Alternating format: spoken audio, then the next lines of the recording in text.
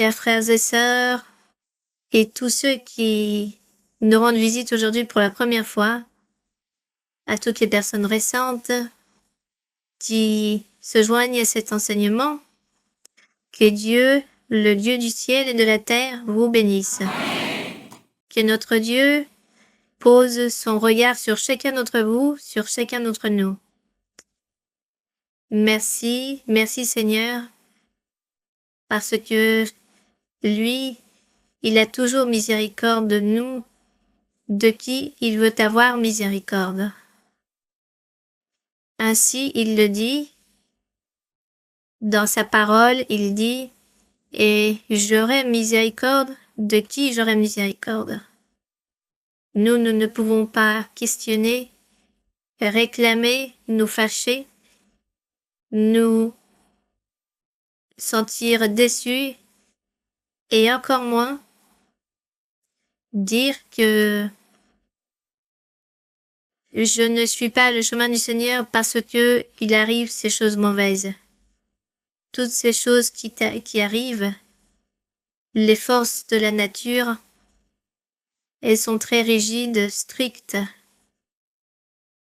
Et nous sommes là, au plein milieu de cette nature et de sa fureur.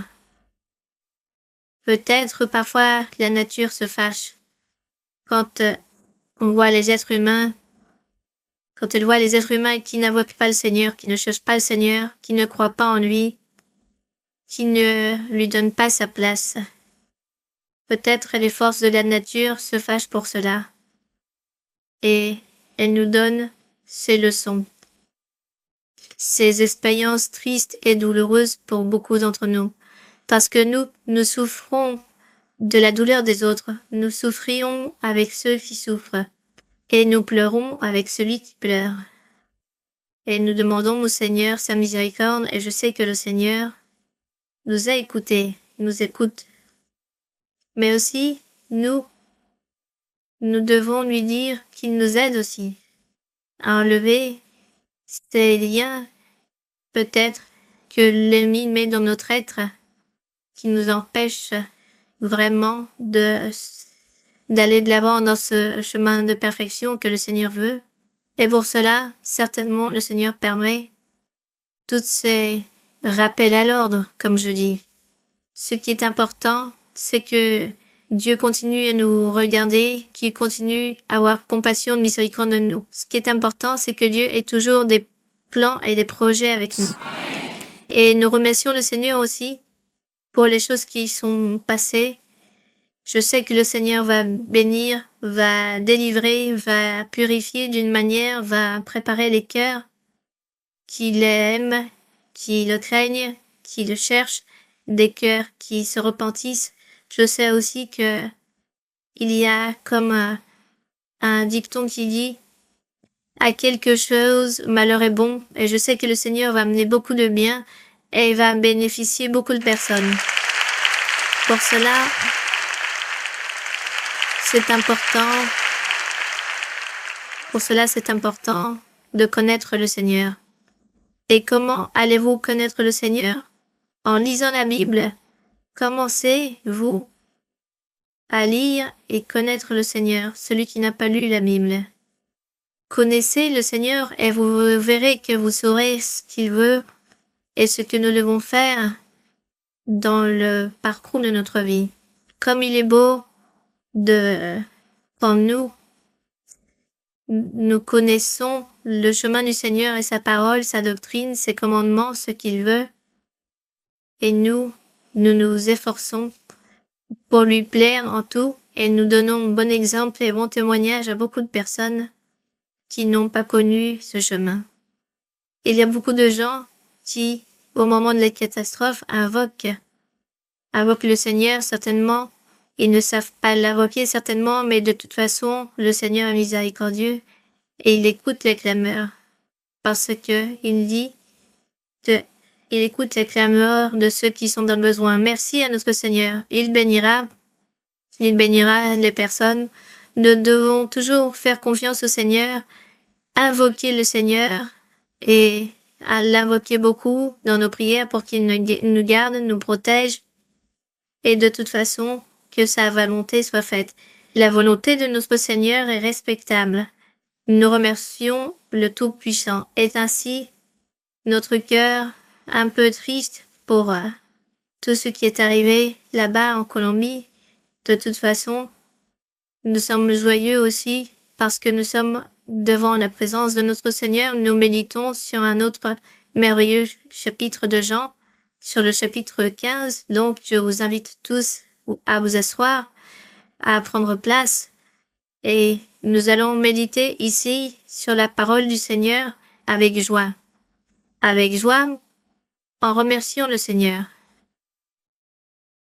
Comme disait Job, nous attendons du Seigneur les biens, le bien, et pas le mal, pas ce qui est mauvais, c'est ce que disait Job.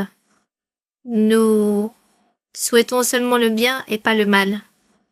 Et bien certainement aussi, il faut s'attendre aussi à tous les moments de notre vie, et dans tous les moments de notre vie, nous donnerons de la gloire au Seigneur. Et nous remercions le Seigneur. Cela a été sa volonté, du Seigneur. Cela a été ta volonté, Seigneur. Tu l'as voulu ainsi. Merci, Seigneur. Merci de toute façon. Nous te louons. Nous t'adorons. Bien. Ici, dans le chapitre 15 de Jean, de l'évangile de Jean, il y a un sous-titre. Je ne sais pas si c'est dans ma Bible uniquement, si dans toute votre Bible, parce qu'il y a différentes versions. Et ce sous-titre dit « La vigne véritable ». Ou au moins, les premiers versets parlent de la vigne. Une vigne, la vigne, c'est quand on cultive le raisin, la plante qui donne des raisins. Peut-être une vigne, c'est un petit arbre de raisin. Et dans cette plantation, il y a beaucoup de petits arbres de vigne.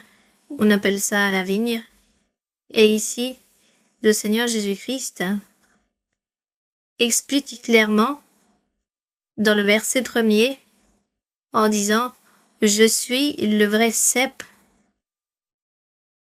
le véritable cep, je suis le vrai cep et mon Père est le vigneron. » Et quand il dit « Je suis le vrai cep », certainement, il s'était levé avant un cep, c'est-à-dire une vigne qui n'était pas véritable, ou une vigne qui n'était pas véritable. Et pour cela, le Seigneur ici dit, ce qui est passé, les cépages anciens, la vigne ancienne, n'étaient pas conformes à la volonté du Seigneur. Ils n'ont pas accompli les commandements du Seigneur. Pour autant, le Seigneur avait tant de promesses merveilleuses pour cette vigne, ou ce cep. Et donc, le temps est arrivé où ces vignes, ou ces ceps ont disparu physiquement ou littéralement. Et pour cela, notre Dieu aussi avait le projet, avait le plan qu'il y aurait un cep véritable au futur, dans les derniers jours, une vigne véritable. Mais j'aimerais que nous lisions sur cette vigne que le Seigneur avait et qui a été si désobéissante, qui n'a pas fait la volonté du Seigneur dans Ésaïe chapitre 5. Dans Ésaïe chapitre 5, où lisons d'abord le psaume 80 qui parle du même thème. Dans le psaume 80,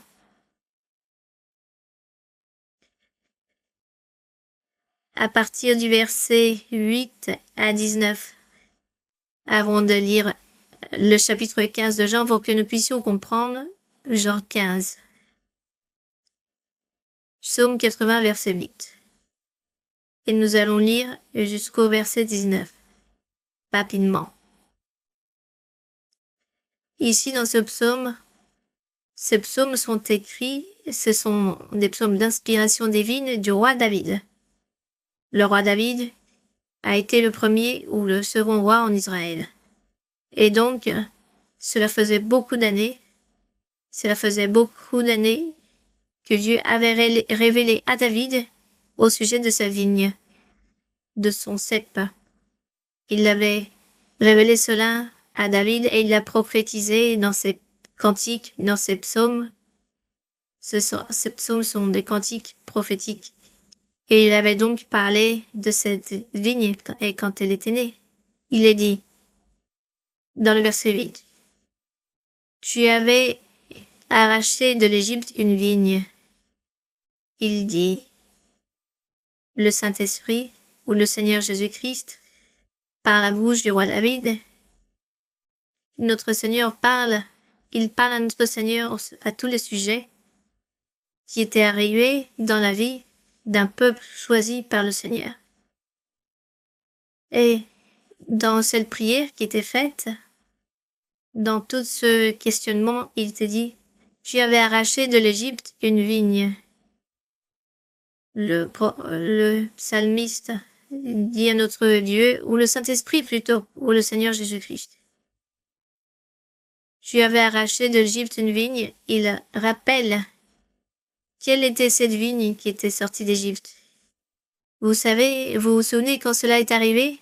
À qui cela était-il arrivé?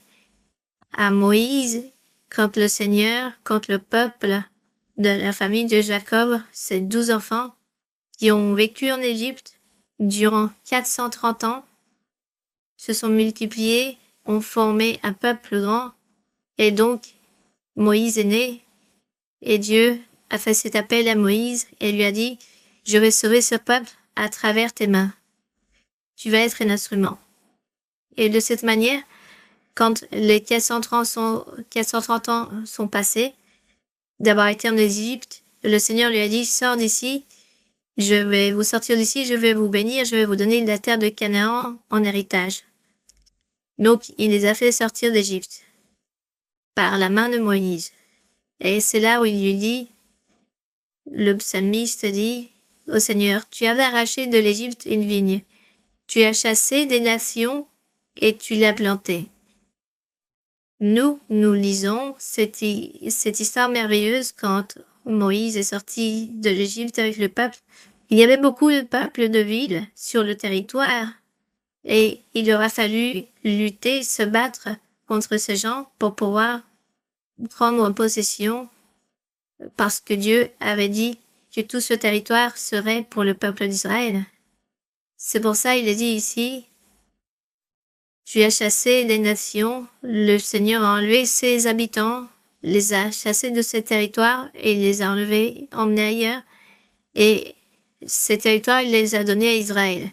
Pour cela, il est dit, tu as chassé des nations et tu l'as planté, cette vigne.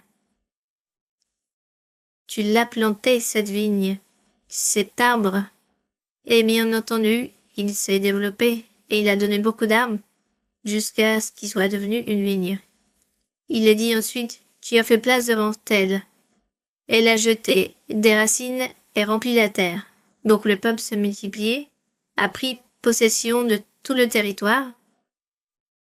Même si certains peuples sont restés, mais de toute façon, Dieu a accompli sa parole, son projet qu'il avait.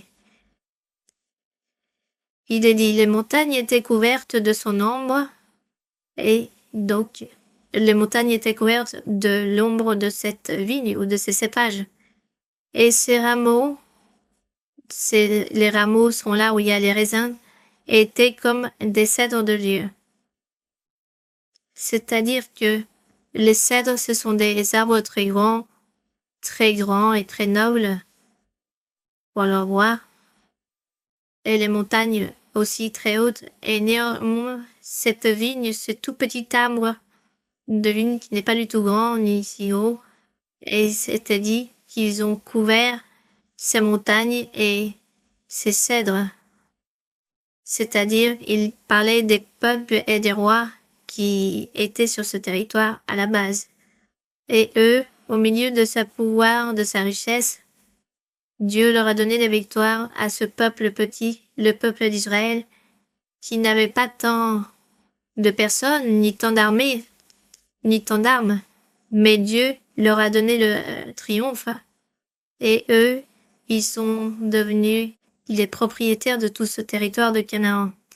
Donc, ces rameaux, ce sont comme des personnages, des gouvernements avec leurs tribus. Et donc, cette vigne a grandi. Elle était plus forte. Parce que le Seigneur leur a donné le pouvoir de Dieu. Et cela les a fortifiés. Le pouvoir de Dieu est le soutien de Dieu. C'est ainsi que Dieu fait aujourd'hui avec ses enfants, envers ses enfants. Dieu donne aussi son soutien et il nous rend forts. Et nous arrivons à être plus puissants que n'importe quelle autre personne qui ne connaît pas le Seigneur. Et qui sommes-nous? Nous ne sommes personne, mais Dieu, dans son pouvoir, fait que nous brillons, que nous soyons au-dessus, que nous soyons en haut. C'est ce que Dieu fait avec ses enfants et son Église. Ce sont les promesses du Seigneur envers son Église, comme il a fait dans l'Antiquité pour le peuple d'Israël. Nous continuons ici, il est dit. Elle étendait ses branches jusqu'à la mer, c'est-à-dire c'était ses générations, jusqu'à la mer, et ses rejetons jusqu'au fleuve. Pourquoi as-tu rompu ces clôtures, en sorte que tous les passants la dépouillent? Maintenant, quand le psalmiste se lamente de ce qui se passe avec le peuple d'Israël qui est devenu désobéissant, qui s'est détourné des chemins du Seigneur, a commencé à être idolâtre, à faire tout type de péché, le psalmiste ou le Saint-Esprit se lamente en disant au Seigneur, pourquoi as-tu rompu ces clôtures? Et pourquoi en sorte que tous les passants la dépouillent? Les gens rentrent. Et c'est-à-dire la vendange. N'importe quelle personne qui passe sur le chemin qui ne mérite pas prend ses raisins alors que ces raisins devraient être que pour le Seigneur, les fruits du Seigneur, un peuple choisi pour le Seigneur, un peuple unique que Dieu avait préparé pour lui, pour qu'il loue son nom et le glorifie, mais il n'en a pas été ainsi. Il était dit que les passants, n'importe qui, passait de toutes ces régions, venait à lui enseigner l'idolâtrie, le péché, la méchanceté, et ils ont commencé à faire la même chose que toutes ces nations qui n'avaient pas le Seigneur. Et donc, c'est ce que signifie. Pourquoi as-tu rompu ces clôtures? C'est ce que signifie cela. Ils étaient entourés de clôtures, et il a été fait des ouvertures pour que n'importe qui puisse entrer, voler les raisins et faire la récolte de ces raisins. Le sanglier de la forêt la ronge, cette vigne. Ce sanglier, ce sont des gens, des idolâtres, des pécheurs, qui font ce qui est mauvais loin Seigneur. C'est comparé à un sanglier.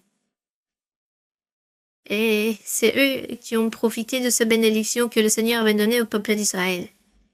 C'est ceux qui ont profité. Parce que ils faisaient du commerce et des alliances. Et tout ce que Dieu leur avait donné, ils le partageaient avec toutes ces nations païennes. Il est dit, et les bêtes des champs en font leur pâture. Dieu des armées revient donc. Regarde, du haut des cieux, et vois. Considère cette vigne. N'abandonne pas ta vigne, Seigneur. Parce que le Seigneur s'était fâché. Au temps de cette prophétie, le Seigneur s'était déjà fâché. Il les laissait seuls, il les abandonnait, il les ignorait. Il est dit ici. Protège ce que ta droite a planté et le fils que tu t'es choisi. Parce que elle est brûlée par le feu. Elle est coupée, Seigneur. Regarde comme elle est. Justement parce que à cette époque, le roi Nabucodonosor était arrivé avec toute son armée et il assiégeait le peuple d'Israël il mettait à sac la ville, il faisait la guerre et Dieu a permis que tout cela arrive parce qu'il était fâché envers ce peuple à cause de son péché et parce qu'ils se sont mélangés avec ces gens étrangers qui faisaient le péché. Et eux donc faisaient la même chose. Le Seigneur était très fâché. Et il a dit, Seigneur, vois ce qui arrive. Il a dit, elle est brûlée par le feu, elle est coupée. Cette vigne avait un nom, Jérusalem. Ils périssent devant ta face menaçante. Que ta main soit sur l'homme de ta droite, sur le Fils de l'homme que tu t'es choisi. Il a dit que le Seigneur ait miséricorde de ces personnes qu'il a appelées, à qui il a fait des promesses, et nous ne nous éloignerons plus de toi. Fais-nous revivre et nous invoquerons ton nom. Éternel Dieu des armées, relève-nous. Fais briller ta face et nous serons sauvés. Ne nous abandonne pas, Seigneur. Mais le Seigneur était fâché. C'est ce qui est arrivé avec la vigne. Avec le cep, avec ses ceps et cette vigne. Passons à Ésaïe. Ésaïe, chapitre 5, où le Seigneur parle de sa vigne, pour que nous puissions comprendre. Jean chapitre 15, et nous allons mieux comprendre. Ésaïe chapitre 5, inédit. Le prophète Ésaïe, il prophétise. Il a prophétisé beaucoup de siècles après les psaumes de la prophétie de David. De longs siècles après. Il a dit, je chanterai à mon bien-aimé le cantique de mon bien-aimé sur sa vigne. Mon bien-aimé avait une vigne sur un coteau fertile. Vous comprenez maintenant l'interprétation symbolique, n'est-ce pas? Le coteau fertile, où est-ce que c'était? La terre de Canaan. C'était le coteau fertile. Il a dit, mon bien-aimé, c'est-à-dire le Seigneur, avait une vigne sur un coteau fertile. Parce qu'il a installé le peuple là-bas, il a enlevé une quantité de personnes là-bas, il leur a donné la meilleure terre qui était fertile et bon, qui produisait beaucoup de nourriture abondante. Il leur a donné une grande abondance selon sa promesse. Dans le verset 2, il a dit, il en remua les sols, ôta les pierres et y mit un plan délicieux, c'est-à-dire à qui? À sa vigne. Il a planté de beaux raisins. Donc ôta les pierres et y mit un plan délicieux. Il bâtit une tour au milieu d'elle et il y creusa aussi une cuve. Cette tour, ça permet de surveiller qu'il ne vient pas d'ennemi à voler. Donc il a mis une tour. Donc une tour Moïse, disons par exemple, que le Seigneur avait nommé en tant que guide et leader du peuple. Il a dit. Et il y creusa aussi une cuve. Puis il espéra qu'elle produirait de bons raisins. Mais, qu'est-il arrivé? Mais elle en a produit de mauvais, c'est-à-dire un raisin qui ne sert à rien, très acide, qui a beaucoup de défauts. Les gens ne peuvent pas la manger. Donc, il a produit de mauvais fruits. Le Seigneur pensait que le Seigneur donnerait de bons fruits, qu'il allait le récompenser de toutes les bénédictions. Le Seigneur lui donnait, mais le peuple a été infidèle envers le Seigneur. Aujourd'hui, nous nous considérons Église du Seigneur Jésus-Christ. Aujourd'hui, nous nous considérons ce peuple du Seigneur. Et aujourd'hui aussi, le Seigneur nous a fait des promesses et nous conduit à des terres fertiles. Il nous donne des bénédictions et il nous fait des promesses pour lesquelles nous devons observer ses commandements pour que nous vivions la vie heureuse sur cette terre. Et donc il est dit, le Seigneur a fait tout cela pour cette vigne, et il dit maintenant au verset 3. Maintenant donc, lisez donc maintenant. Maintenant donc, habitants de Jérusalem et hommes de Juda, soyez juges entre moi et ma vigne. Le Seigneur dit de juger. Jugez ce qui est arrivé. Et jugez si j'ai été drastique ou très dur envers vous. Verset 4, il est dit, le Seigneur leur donne une réponse. Qu'y avait-il encore à faire à ma vigne que je n'ai pas fait pour elle? Et j'ai fait ce qu'il y avait de mieux. Comment? Pourquoi j'espérais qu'elle produirait le bon raisin en a-t-elle de produits de mauvais? Dans le 5, je vous dirai maintenant ce que je vais faire à ma vigne. J'en arracherai la haie pour qu'elle soit broutée. J'en abattrai la clôture, c'est-à-dire que je vais ouvrir une brèche pour que n'importe qui puisse entrer, les animaux, manger la vigne. Mais il parle en sens symbolique, métaphorique. Et donc, il est dit, pour qu'elle soit foulée aux pieds. Je la réduirai en ruine, elle ne sera plus taillée ni cultivée. Les ronces et les épines y croîtront. Et je donnerai mes ordres aux nuées, afin qu'elles ne laissent plus tomber la pluie sur elle. Verset 7. Lisez-vous, la vigne de l'Éternel des armées, c'est la maison d'Israël. Et les hommes de Juda, c'est le plan qu'il chérissait. Il avait espéré de la droiture, et voici du sang versé, de la justice, et voici des cris de détresse. Elle a été le résultat de cette vigne qu'a fait notre Seigneur, qui n'ont pas accompli les commandements, qui n'ont pas fait la volonté du Seigneur, qui se sont détournés des chemins du Seigneur, sont devenus idolâtres, sont devenus spiritistes, sont devenus des sorciers, sont devenus des divins, des mages, des astrologues. Ils sont devenus des personnes qui forniquent, des adultères, des voleurs, des homicides. Ils ont fait tous les péchés. Tous les péchés. Dieu s'est fâché. Et pour cela, il a dit que il a détruit.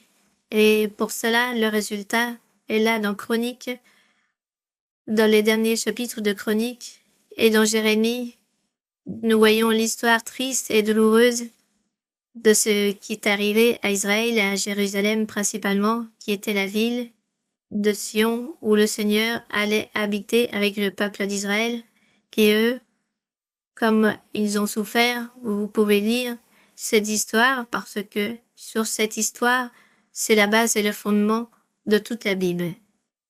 Donc si vous n'avez pas cette connaissance bien claire de ce qui est arrivé dans Jérusalem et le peuple d'Israël, avec ce roi Nabuchodonosor qui a tout détruit, vous ne comprendrez pas toutes les choses dont parlent les prophètes.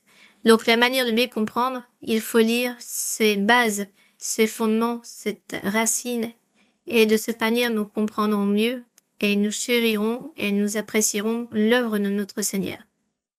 Donc, ceci est la vigne. Et cette vigne dont le Seigneur a parlé, c'était la véritable, non? Ce n'était pas la vigne véritable, non, puisque Dieu l'a détruite. Donc, qu'est s'est-il passé dans le futur? Le Seigneur a dit, j'ai un plan B. Si le plan A n'a pas fonctionné, il n'a pas fonctionné, Dieu le savait, j'ai un plan B. Et vous savez, qui sont dans ce plan B? C'est nous l'Église. Attendons, espérons, mes frères. Nous disons nous, mais nous devons persévérer jusqu'à quand? Jusqu'à la fin de notre vie, nous devons persévérer dans le chemin à faire la volonté du Seigneur.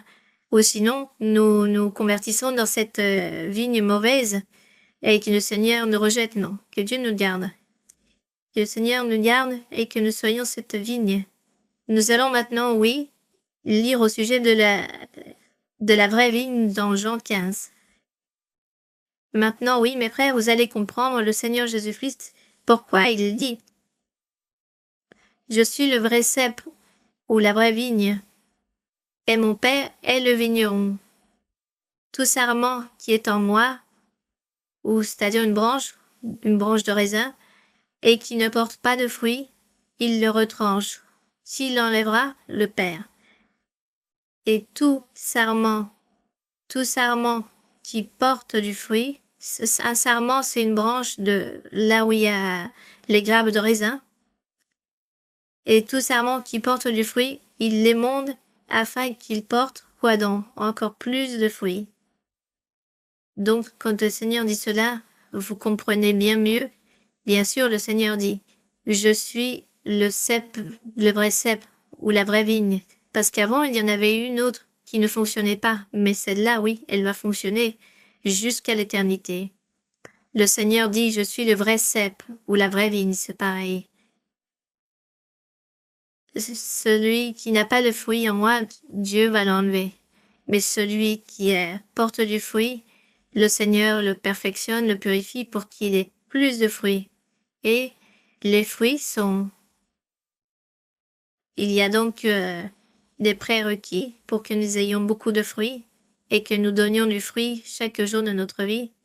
Notre bon témoignage, bon exemple, faire la volonté du Seigneur, accomplir ses commandements, c'est ce qu'il faut faire.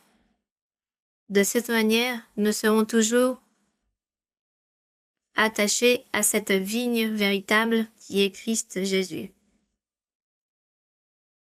Dans le verset 4, il est dit « Demeurez en moi et je demeurerai en vous ». Comme le sarment ne peut de lui-même porter du fruit s'il ne demeure attaché au cep, c'est-à-dire sur le tronc, sur la branche, ainsi vous ne le pourrez non plus si vous ne demeurez en moi. Le chemin qui va vers la vie éternelle, le chemin véritable, c'est le Seigneur Jésus-Christ. Vous avez écouté qu'il y a beaucoup de confessions, il y a beaucoup de gens qui disent qu'ils sont chrétiens, mais ils ne suivent pas le chemin véritable du Seigneur. Il y a beaucoup de religions qui croient en beaucoup de choses d'une autre manière, et le Seigneur Jésus-Christ, ils l'ont rejeté, ils l'ont laissé de côté, ils l'ont méprisé, et ils n'en tiennent pas compte, et donc ces religions sont dans l'erreur. Ils se trompent parce que le seul chemin, c'est Christ, c'est la vigne véritable. Il est donc dit, je suis le cep, vous êtes les sarments. Celui qui demeure en moi et en qui je demeure porte beaucoup de fruits, car sans moi vous ne pouvez rien faire. Si quelqu'un ne croit pas que le Seigneur Jésus-Christ est Dieu ou le Fils de Dieu, eh bien, il se trompe complètement. Sa religion ne vaut rien. Le verset 6. Si quelqu'un ne demeure pas en moi, il est jeté dehors, comme le sarment, et il sèche. Puis on ramasse les sarments, on les jette au feu et ils brûlent. C'est-à-dire les gens qui ne croient pas au Seigneur Jésus-Christ, avec la dignité, avec sa divinité qu'il a, et donc il est dit qu'il est en dehors de la main du Seigneur, et cette religion et cette croyance ne sert à rien et ne conduit nulle part parce que Dieu ne se manifeste pas. Il y en a certains qui disent « Je ne crois pas au Seigneur Jésus-Christ, c'est un homme comme les autres. » Et nous croyons en quelqu'un d'autre, je ne sais qui, et donc notre religion, c'est ceci ou cela. Eh bien, eux, ils n'ont jamais la manifestation du Saint-Esprit, encore moins les dons spirituels, encore moins le soutien du Seigneur, et que Dieu leur parle et Dieu le dirige et change leur cœur, rien de cela. Ils n'ont ni paix ni bonheur, ils ont une religion, une croyance, mais ils n'ont rien de Dieu. Ça, c'est le signe, ça, c'est la preuve. Nous, qui marchons, nous devons continuer dans ce chemin du Seigneur Jésus-Christ. Oui, nous avons la paix du Seigneur, le bonheur, et le Saint-Esprit est parmi nous. Béni soit le Seigneur. Et dans le verset 7, il est dit, « Si vous demeurez en moi et mes paroles demeurent en vous, demandez ce que vous voudrez et cela vous sera accordé. Vous portez beaucoup de fruits, c'est ainsi que mon Père sera glorifié et que vous serez mes disciples. » Porter du fruit, marcher dans la sainteté, dans le chemin de la perfection, faire la volonté du Seigneur. Être éloigné du péché du mal. Comme le Père m'a aimé, je vous ai aussi aimé. Demeurez dans mon amour. Si vous gardez mes commandements, lisons vous aussi mes frères, si vous gardez mes commandements, vous demeurerez dans mon amour, de même que j'ai gardé les commandements de mon Père et que je demeure dans son amour. C'est ainsi que le Seigneur dit, c'est pour cela que le Seigneur dit que celui qui ne demeure pas en lui, tout sarment qui ne demeure pas en lui, il ne peut rien faire. Rien du tout. Mais il est dit ici que ces sarments, cette signification d'appartenir à ce cépage, à cette vigne, c'est la signification symbolique, c'est de garder les commandements, accomplir les commandements du Seigneur. Et quelqu'un dira, mais quels sont ces commandements? Ces commandements, c'est de ne pas pécher. Mais quels sont les péchés? Vous le savez, depuis la religion traditionnelle, ils ont enseigné les péchés. Il y en a beaucoup. Et donc, c'est simplement lire la Bible pour que vous révisiez et vous vous souveniez les péchés et tout cela, qu'il faut demander au Seigneur qu'il nous aide à ne pas vivre, ne pas faire ces choses, ne pas vivre dans ces faiblesses pour pouvoir être attachés à ce cépage véritable. Que le Seigneur nous aide tous. Il est dit, je vous ai dit ces choses afin que ma joie soit en vous et que votre joie soit parfaite. C'est ici mon commandement. Aimez-vous les uns les autres comme je vous ai aimé. Il n'y a pas plus grand amour que de donner sa vie pour ses amis. Vous êtes mes amis, si vous faites ce que je vous commande. Donc le Seigneur leur disait, vous êtes mes amis. Et quelqu'un qui aime donne sa vie pour ses amis. C'est ce que dit le Seigneur. Je ne vous appelle plus serviteur, dit le Seigneur, parce que le serviteur ne sait pas ce que fait son maître.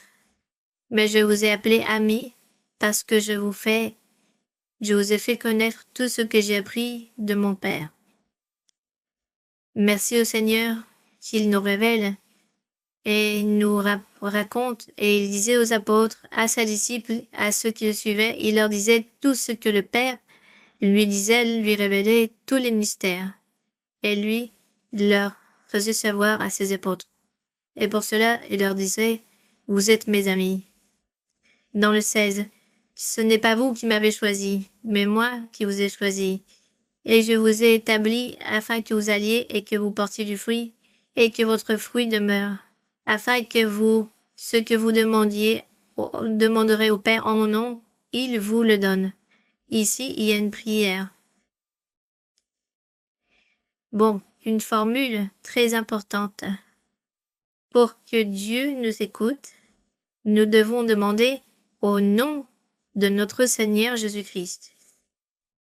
Si une religion, quelqu'un qui pratique une religion, que le Seigneur Jésus-Christ n'est pas dans ce chemin et qu'il est en trop, les prières que vous ferez au Seigneur, Dieu ne les écoutera jamais.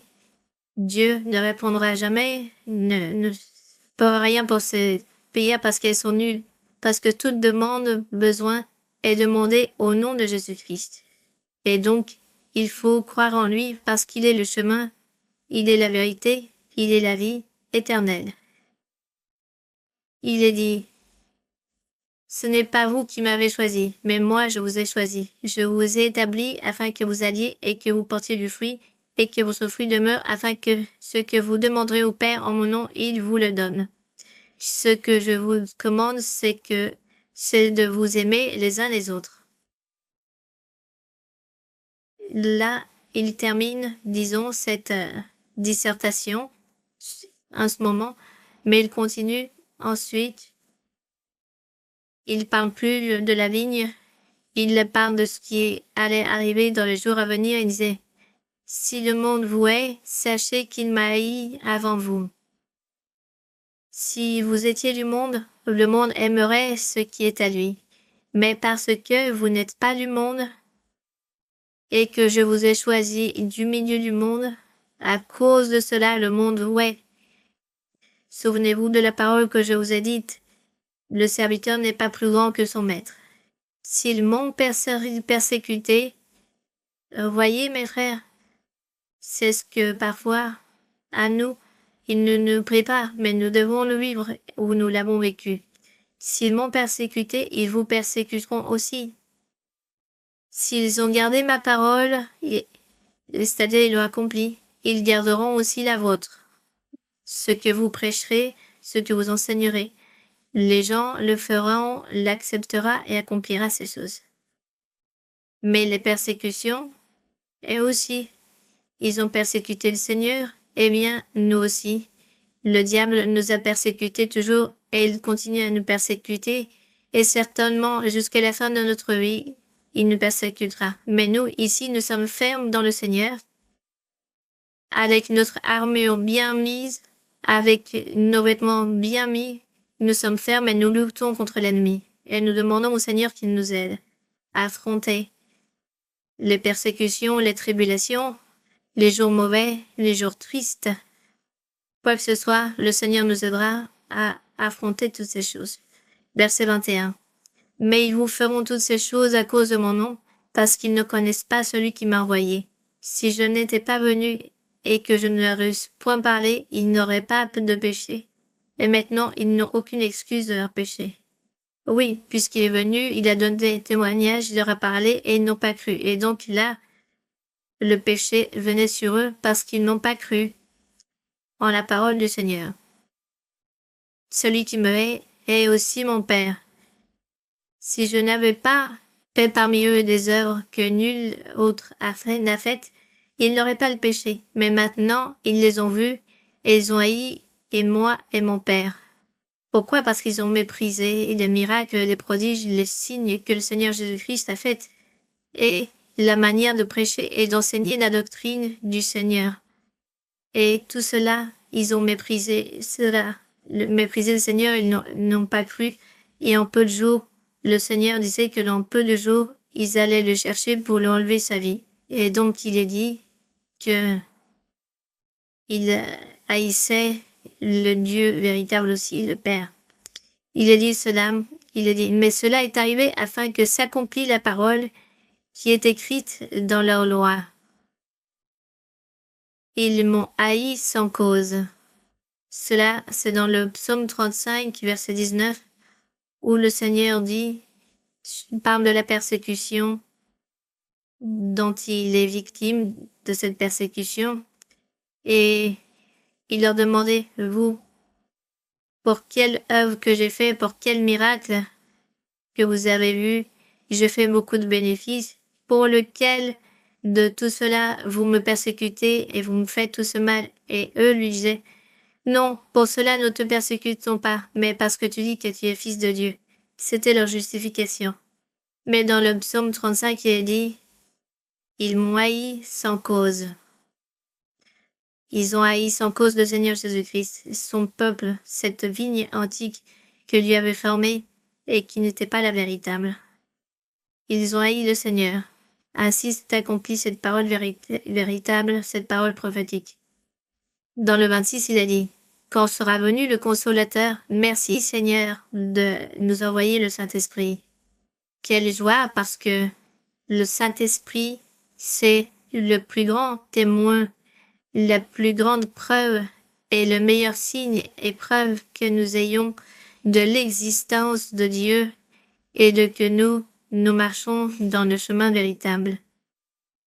Le Saint-Esprit, merci à notre Seigneur. Il a dit, quand sera venu le Consolateur, que je vous enverrai de la part du Père, l'Esprit de vérité qui vient du Père, il rendra témoignage de moi. Et ceci est véritable parce que le Saint-Esprit à tous les êtres leur enseigne que le Seigneur Jésus-Christ est notre Dieu, c'est le Fils de Dieu. Le 27. Et vous aussi, vous rendrez témoignage. Vous rendrez témoignage aussi parce que vous êtes avec moi dès le commencement. Et donc, eux aussi, ils allaient être témoins du Seigneur Jésus-Christ parce qu'ils ont entendu la voix de Dieu quand il disait « Celui-ci est mon Fils bien-aimé, en qui j'ai mis toute mon affection. Écoutez-le. Gloire à notre Dieu. » Quelle preuve, quelle meilleure preuve. Merci, merci à notre Seigneur Tout-Puissant. Et merci au Seigneur d'avoir miséricorde de nous et d'être ici en sa présence. Béni soit le nom de notre Seigneur, nous allons prier. Père céleste, Père très bon, merci Seigneur, nous te remercions. Nous te remercions, Dieu éternel, pour ta miséricorde, pour ta parole, pour tes promesses, pour toutes les choses que tu as parlé depuis des milliers d'années en arrière. Et tout s'est accompli, Seigneur, avec le temps. Seigneur, tu es le même, tu n'as pas changé, Seigneur. Les temps, les époques viennent, la technologie, la science avance, tout change. La modernisation, la transformation de la nature, des éléments, mais tout était fait par toi. Il n'y a rien de nouveau que quelqu'un ait dit qu'il est créé. Tout a été créé, Seigneur, par ta main puissante, et tu savais, Seigneur, que au futur, cela se transformerait et la science serait augmentée, les technologies, mais de toute façon, ton pouvoir, ta présence et le Saint-Esprit seront les mêmes. Aujourd'hui, demain et toujours. Et tu t'es toujours manifesté à l'être humain comme tu t'es manifesté et tu te manifestes parmi nous. Merci Seigneur, nous ne sommes pas dignes de ces bénédictions si merveilleuses, parce que nous n'avons même pas de parole, Seigneur, pour t'exalter. Pour exalter tes œuvres, tes merveilles, tout ce que tu fais. Tu es digne, Seigneur, d'être dans les auteurs. Mais nous n'avons pas ces mots. En tant qu'humains que nous sommes, nous avons peu de paroles pour t'exalter et te dire qui tu es. Mais tu sais que notre âme et notre esprit t'exaltent, Seigneur. Et eux, oui, ils ont le vocabulaire pour toi, Seigneur. Merci, Dieu éternel, Père très bon, aie miséricorde de toutes les personnes qui en sont dans le besoin. Aie miséricorde des malades. Aie miséricorde de tous ceux qui, en ce moment, t'invoquent, te supplient, qui ont besoin de toi, ont besoin de ton amour. Remplis tous ces besoins matériels, physiques, spirituels. Guéris, Seigneur, délivre, fais des miracles et des signes, Seigneur, et enlève les esprits immondes, les sorcelleries, les malédictions, les maladies incurables, Seigneur. Et aussi, Seigneur, remplis les besoins économiques, qu'il ne manque le pain à personne, le vêtement, le toit pour habiter. Père céleste, au nom glorieux de notre Seigneur Jésus-Christ, nous te le demandons, Seigneur, de tout notre cœur, l'honneur et la gloire pour notre Seigneur. Gloire au Père, gloire au Fils, gloire au Saint-Esprit. Alléluia. Béni, béni soit le Seigneur. Gloire à Dieu. Esta es la iglesia del Señor, casa de Dios, puerta del cielo es. Él la llamó su casa de oración, porque esta es la iglesia del Señor. Esta es la iglesia del Señor, casa de Dios, puerta del cielo es. Él la llamó su casa de oración, porque esta es la iglesia del Señor. Gloire à mon Seigneur, gloire à mon Dieu. Nous souhaitons que nous tous, nous soyons la maison du Seigneur, l'église du Seigneur, la vigne du Seigneur. Merci beaucoup mes frères. Pour les enfants, je vous embrasse fortement. Que Dieu vous bénisse. Que Dieu vous bénisse tous. Merci. À bientôt.